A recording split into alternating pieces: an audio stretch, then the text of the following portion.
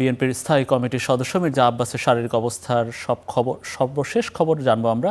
এই মুহূর্তে এভারকেয়ার হাসপাতালের সামনে যাচ্ছে আমাদের সহকর্মী এনামুল হক, তিনি সেখানে আছেন, অনেকক্ষণ ধরে আছেন। তো এনাম, আপনার কাছ থেকে একটু আপনার কাছ থেকে মির্জা আব্বাসের স্বাস্থ্যের অবস্থা একটু জানতে চাই, যে তার অস্ত্রোপচার শেষ হয়েছে কিনা, চিকিৎসকরা কি বলছেন, বা আরও প্রধানমন্ত্রী তো গিয়েছিলেন দুপুরে, আরও কারা কারা তাকে দেখতে গেছেন। মনির, আমি এই মুহূর্তে রয়েছি আপনি যেটি বলছিলেন এভারকেয়ার হাসপাতালের ঠিক সামনেই।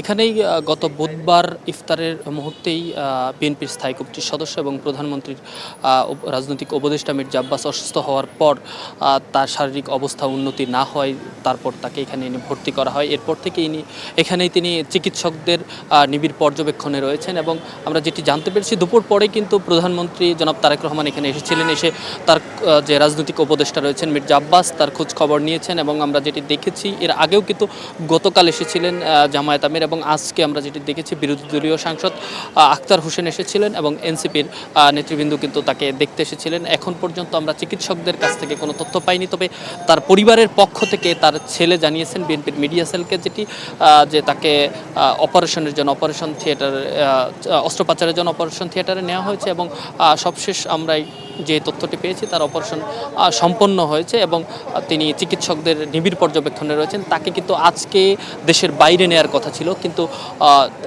ডাক্তারদের পরামর্শে চিকিৎসকদের যে একটি বোর্ড গঠন করা হয়েছে, চিকিৎসক যে উন্নত চিকিৎসার জন্য যে বোর্ডটি গঠন করেছে, তাদের পরামর্শক্রমেই কিন্তু তার একটি অপারেশন আজকে এখানে অপারেশন হচ্ছে, তাই তাকে আজকে দেশের বাইরে নেওয়া হয়নি। এবং পরবর্তীতে এই বিষয়ে কিন্তু সিদ্ধান্ত জানানো হবে বলে আমাদেরকে জানিয়েছেন। আমরা যেটি জেনেছি, তাকে কিন্তু গত বুধবার থেকেই তাকে এখানে নিবিড় পর্যবেক্ষণে রাখা হয়েছে। এবং এরপর থেকেই বিভিন্ন দলের নেতারা আসছেন এবং সংসদ সদস্যরা আসছেন, এসে তার পরিবারের সাথে কথা বলছেন, খোঁজ খবর নিচ্ছেন। তার ছেলে যেটি জানিয়েছেন যে তার বাবার জন্য তার পরিবারের পক্ষ থেকে দেশবাসীর কাছে দোয়া চেয়েছেন এবং রাজনৈতিক নেতাকর্মী যারা আছে তাদের কাছ থেকে দোয়া চেয়েছেন।